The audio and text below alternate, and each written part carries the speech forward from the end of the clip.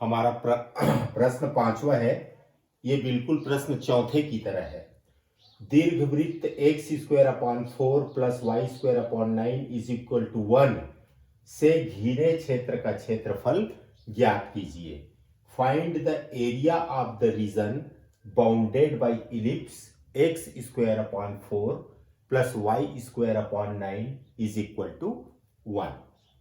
तो यहां पर दीर्घवृत्त दिया है एक्स स्क्वायर अपॉन 4, तो इसको अपन 2 का स्क्वायर लिख सकते हैं, प्लस वाई स्क्वायर अपॉन 9, तो 9 है तो 3 का स्क्वायर लिख सकते हैं, इज इक्वल टू 1।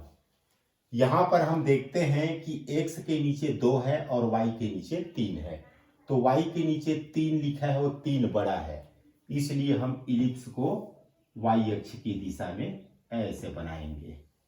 ये हमारा बना इलिप्स, y अक्ष की दिशा में बना, क्योंकि y के नीचे का जो अंक 3 है वो बड़ा है, तो 3 बड़ा है माने दीर्घ अक्ष y अक्ष की दिशा में बनेगा।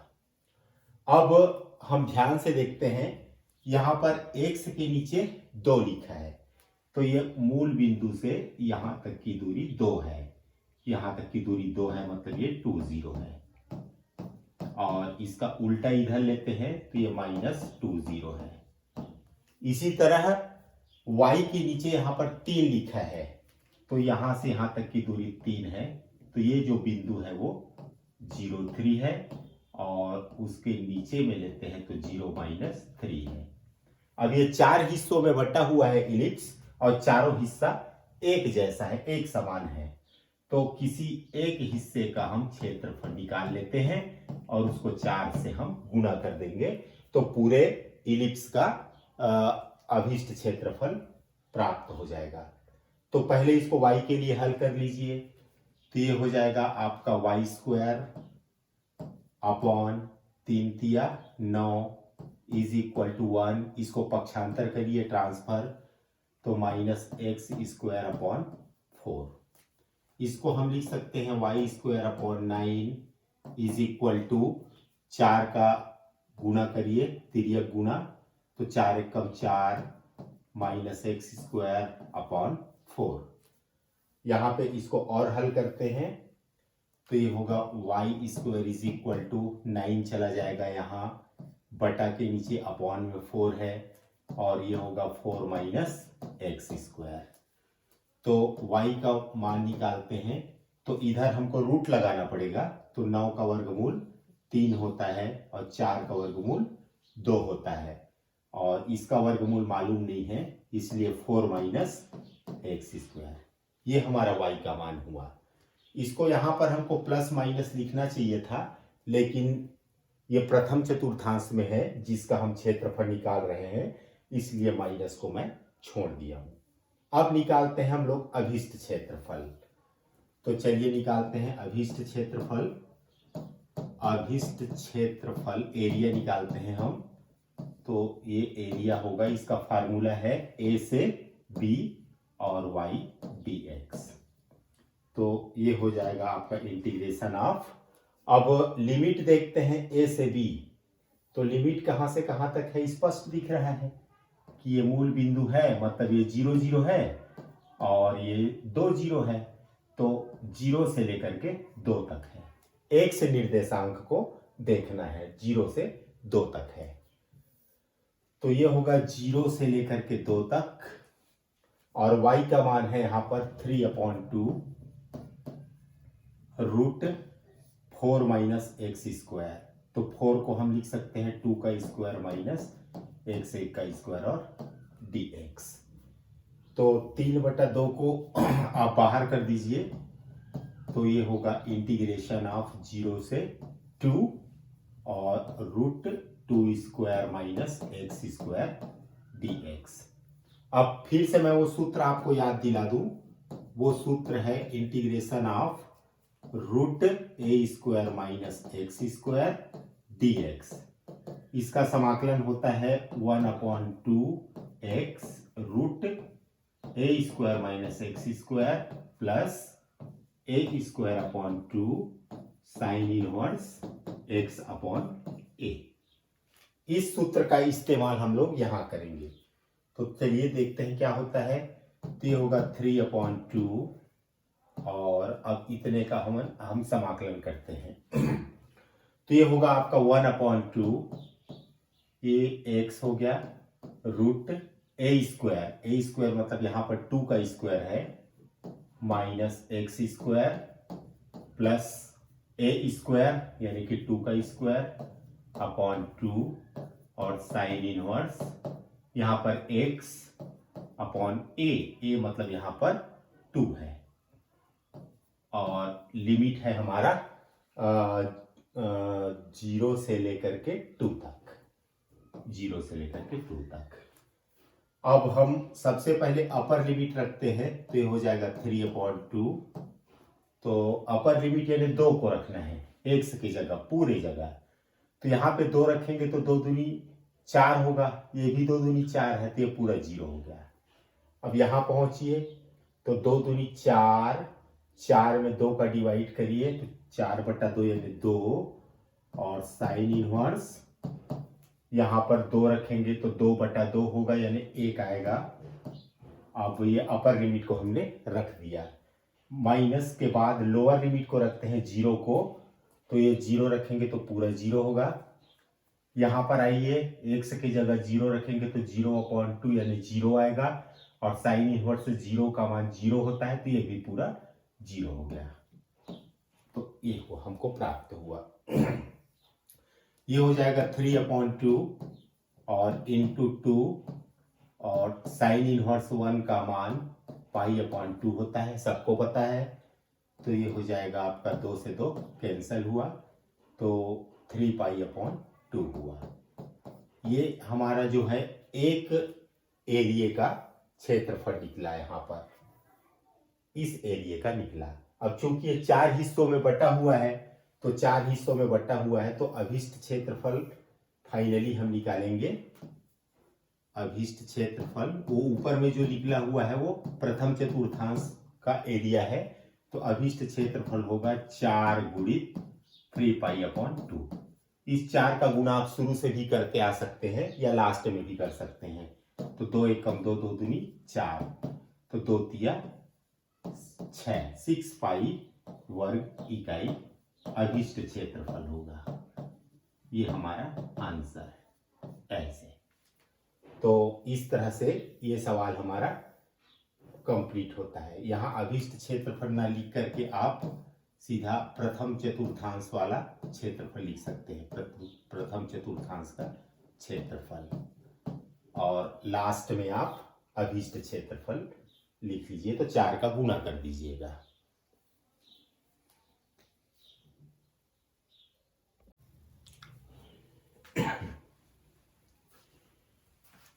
हमारा 6वां प्रश्न है, प्रथम चतुर्थांश में वृत्त x² + y² = 4 एवं रेखा x = √3y एवं x अक्ष द्वारा घिरे क्षेत्र का क्षेत्रफल ज्ञात कीजिए।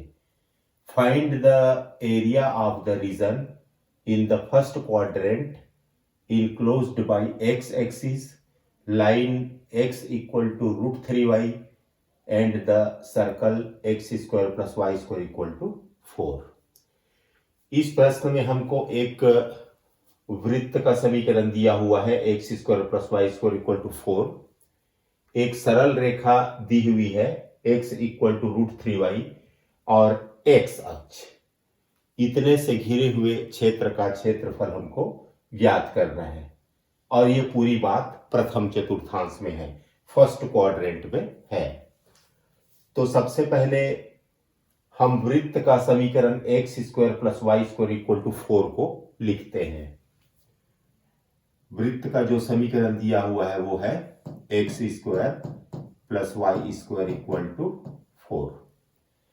हम इसको चाहें तो ऐसा भी लिख सकते हैं, x - 0 का होल स्क्वायर प्लस y - 0 का होल स्क्वायर = 2 का स्क्वायर। इसको देखने से पता चलता है कि इस वृत्त का जो केंद्र है वो 0, 0 है और त्रिज्या 2 है। त्रिज्या यहाँ पर 2 है। केंद्र 0 0 है और त्रिज्या 2 है। अब एक सरल रेखा भी हमको दिया गया है। जो सरल रेखा दिया गया है ये वृत्त था। अब एक सरल रेखा दिया हुआ है x equal to √3y, x equal to √3y। इसको हम ऐसा भी लिख सकते हैं, यदि √3 को हटाना चाहें तो वो बटा के नीचे आ जाएगा इक्वल टू y।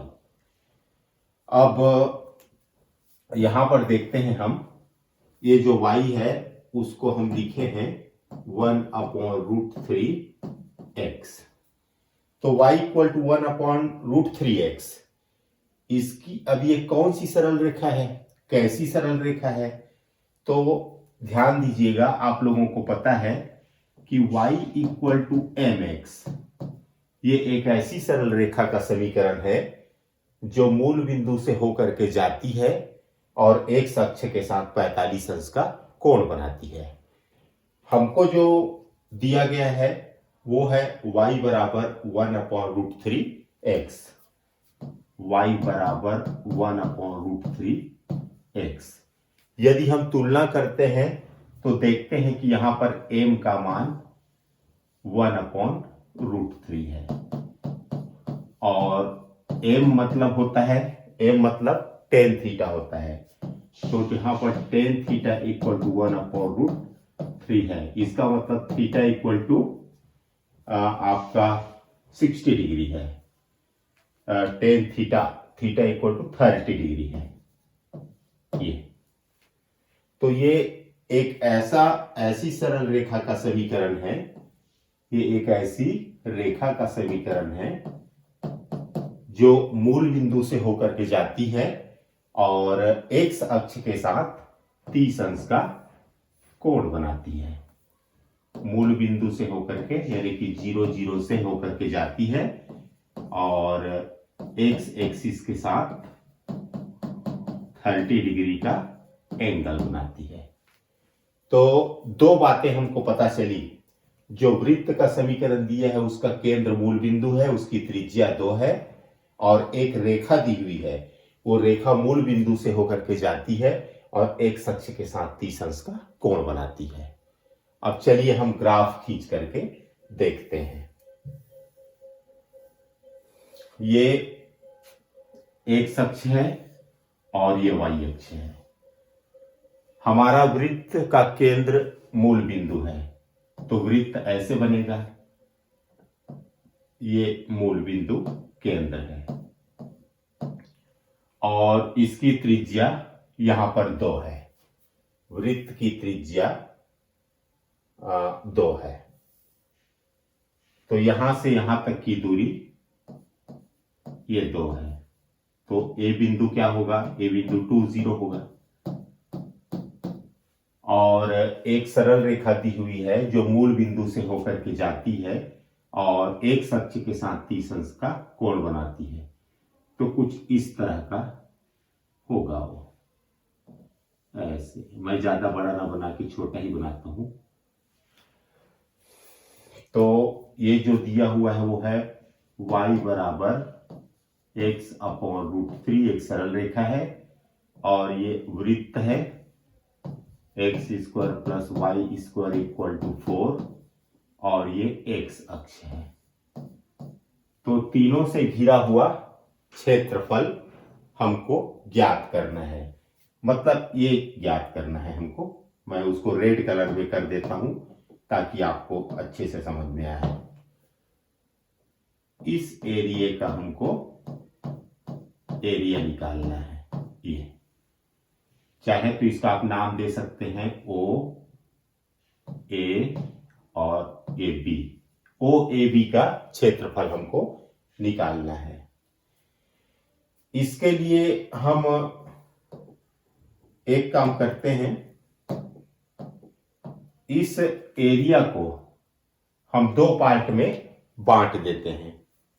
इस एरिया को हम 2 पार्ट में बांट देते हैं। ए से एक लंब खींचते हैं, ये ए से एक लंब खींचते हैं। यहां पर चित्र थोड़ा सा अच्छे से नहीं बना, आप लोग देख लीजिएगा। ओ ए बी और ये C। तो अभिष्ट क्षेत्रफल हमारा क्या होगा? हमारा जो अभिष्ट क्षेत्रफल होगा वो हो जाएगा, ये त्रिभुज दिख रहा है ओ ए और सी, ओ ए सी का क्षेत्रफल और प्लस उसके बाद क्या दिख रहा है, सी ए बी का क्षेत्रफल, सी ए बी का क्षेत्रफल। दोनों क्षेत्रफल को हम अलग अलग निकाल लेते हैं। माना कि ये इंटीग्रेशन ऑफ इसका y1 dx मान लेते हैं और सी ए बी का जो क्षेत्रफल है सी ए बी उसको हम y2 dx मान लेते हैं। वैसे ये क्षेत्रफल निकालने का सूत्र भी है, लेकिन एरिया यहाँ पर 2 है, इसलिए पहले को मैंने y1 कहा और दूसरे को मैंने y2 कहा। अब जो पहला एरिया है वो त्रिभुज के रूप में है। यहां पर देखिए ओ ए सी, तो ओ से ए में मेरा पेन चल रहा है, तो ओ से ए एक सरल रेखा है। यहां से y का मान कितना निकला है, x/√3। ये हो जाएगा x/√3 और ये dx। लिमिट कितना होगा, देखिए सरल रेखा कहां से कहां तक फैला हुआ है, 0 से लेकर के यहां पर प्रतिच्छेद बिंदु ए हमको अभी निकालना पड़ेगा। तो चलिए मैं लिमिट को अभी छोड़ देता हूं, बाद में लगा लेंगे। प्लस इसको देखिए y2 मतलब सी ए बी का क्षेत्रफल, तो ये हो गया आपका सी ए बी, यानी वृत्त से घिरा हुआ एरिया है। तो यहां से यदि हम y² का मान निकालते हैं y का, तो ये हो जाएगा आपका y² = 4 - x² और y निकालेंगे तो √4 - x² होगा। तो यहां पर y का मान √4 - x² होगा और ये हुआ आपका dx। चलिए अब जो दिया गया है उसको मैं हल कर देता हूं, इसको समीकरण नंबर 1 बना देता हूं।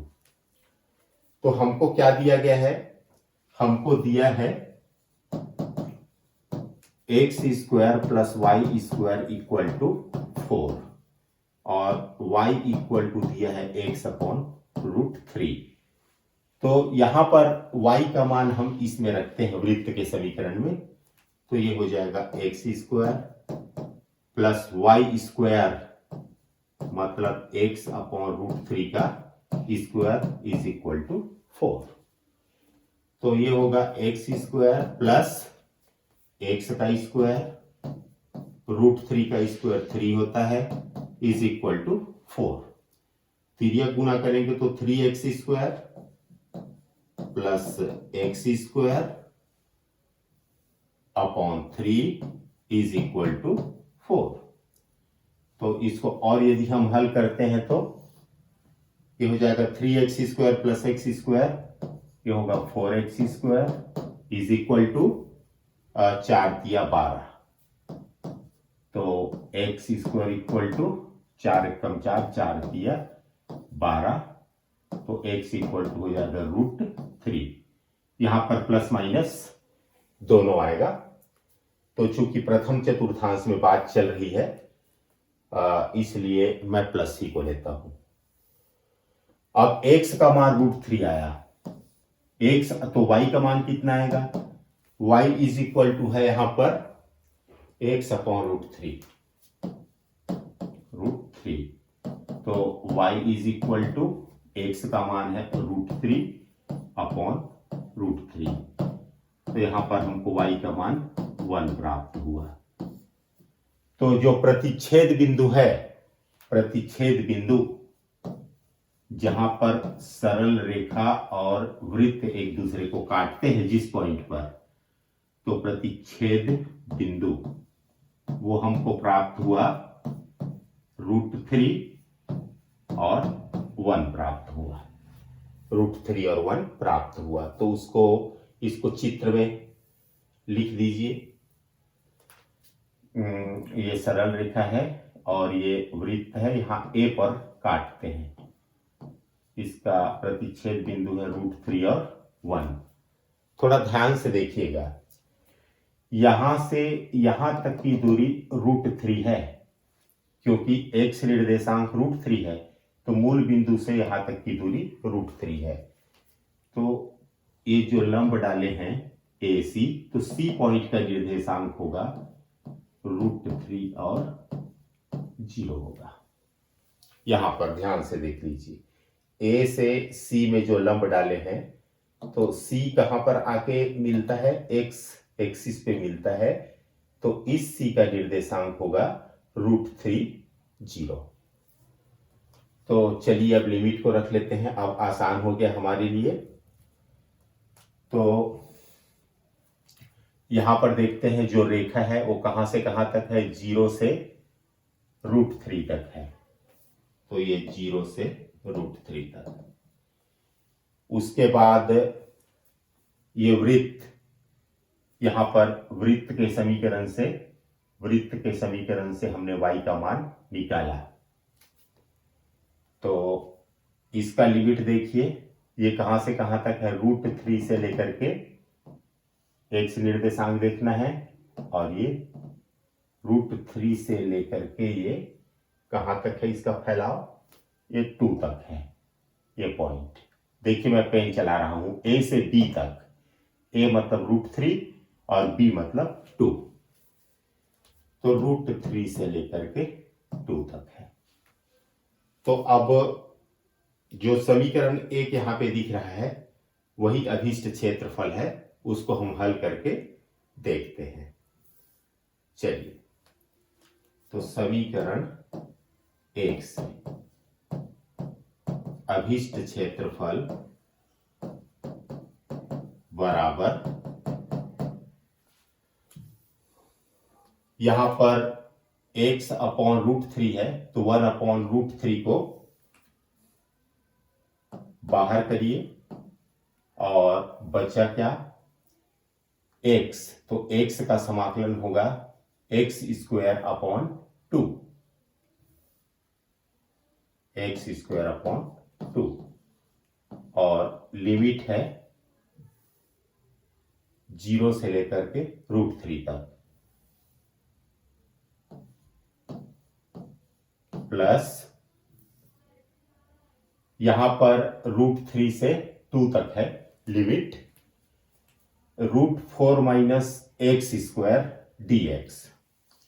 तो इसको मैं लिख सकता हूं ऐसे, थोड़ा ध्यान दीजिएगा, √3 से 2 तक है ये,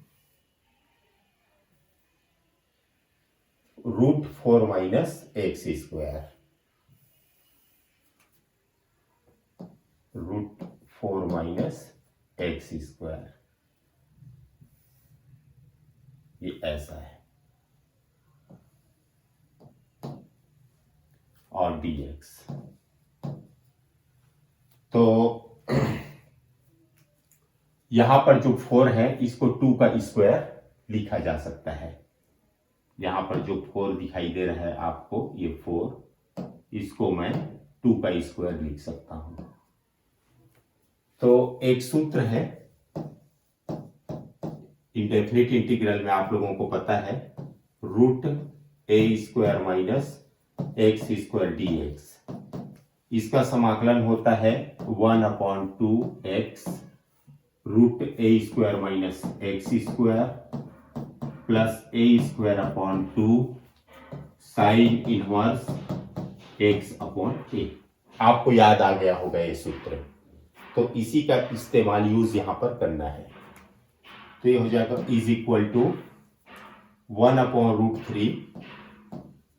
1/√3 और इंटू बटा के नीचे 2 है, 1/2, 1/2, इसको भी बाहर निकाल लीजिए। यहां पे मैं लगे हाथ लिमिट भी रख देता हूं, x का स्क्वायर है मतलब √3 का स्क्वायर, अपर लिमिट को पहले रखता हूं, माइनस चिन्ह लगाया, उसके बाद लोअर को रखता हूं, तो हो जाएगा 0 का स्क्वायर।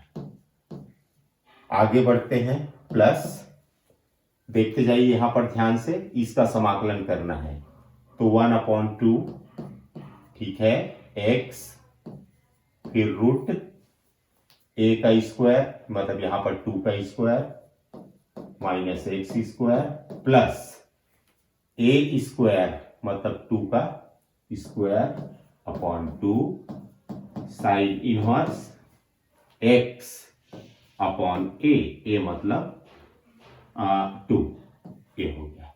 ये समाकलन हो चुका है। अब हमको यहाँ पर लिमिट रखना है। लिमिट है √3 से लेकर के 2 तक, √3 से लेकर के 2 तक। चलिए आगे और हल करते हैं। तो ये हो जाएगा इज इक्वल टू 1/2√3 और इंटू √3 का स्क्वायर 3 होगा प्लस सबसे पहले 2 रखना है पूरे, हर जहां जहां एक से है वहां वहां 2 रखना है।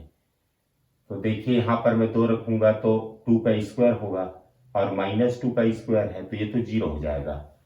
यहां पे 2 रख के देखिए तो x की जगह 2 रखेंगे तो ये हो जाएगा 2/2 यानी 1 आएगा। तो 2 का स्क्वायर 4, 4 में 2 का भाग 2 तो 2 साइन इनवर्स और 2/2 यानी कि 1 आएगा। अब माइनस का चिन्ह लगा के, ठीक है, माइनस का चिन्ह लगा के लोअर लिमिट को रखते हैं। लोअर लिमिट √3 है तो √3 रखेंगे तो ये हो जाएगा 1/2 x मतलब √3, उसके बाद रूट यहां पर 2 दूनी 4 माइनस x मतलब √3 का स्क्वायर यानी 3 हो जाएगा प्लस 2 दूनी 4/2 यानी 2 होगा और साइन इनवर्स ये x की जगह में √3/2 हो जाएगा। आगे इसके और हल करते हैं। तो ये होगा, यहां पर आप चाहें तो √3 से 3 को कटा सकते हैं, √3 बार में कटेगा तो √3/2 प्लस 2 साइन इनवर्स 1 मतलब ये π/2 होगा माइनस 1/2 √3, यहां पर 4 में 3 गया तो 1 का √1 होता है प्लस 2 इंटू साइन में √3/2 किसका मान होता है, ये 60 का मान होता है √3/2 तो 60 का मान यानी कि π/3 लिख सकते हैं। चलिए इसको हल कर देते हैं। यहां पर 2 से 2 कैंसिल हुआ तो √3/2 और ये माइनस √3/2 ये भी कैंसिल हुआ। तो यहां पर बचा क्या क्या देख लीजिए, यहां पर बचा है पाई और लास्ट में बचा है 2π/3। तो इसको यदि हल करेंगे तो 3 और 2 3 2 5 5π/3 आ रहा है। 5π/3 यहाँ पे हमारा मिस्टेक हुआ है, माइनस का चिन्ह आएगा यहाँ पर, कहीं पर थोड़ा सा मिस्टेक हुआ है। यहाँ पर देखिए अपर लिमिट को हमने रखा, यहाँ पर माइनस आएगा, यहाँ पर ये माइनस होगा, तो ये माइनस होगा तो 3π में 2π गया तो यहाँ पे आ जाएगा तुम्हारा π/3 π/3 वर्ग इकाई,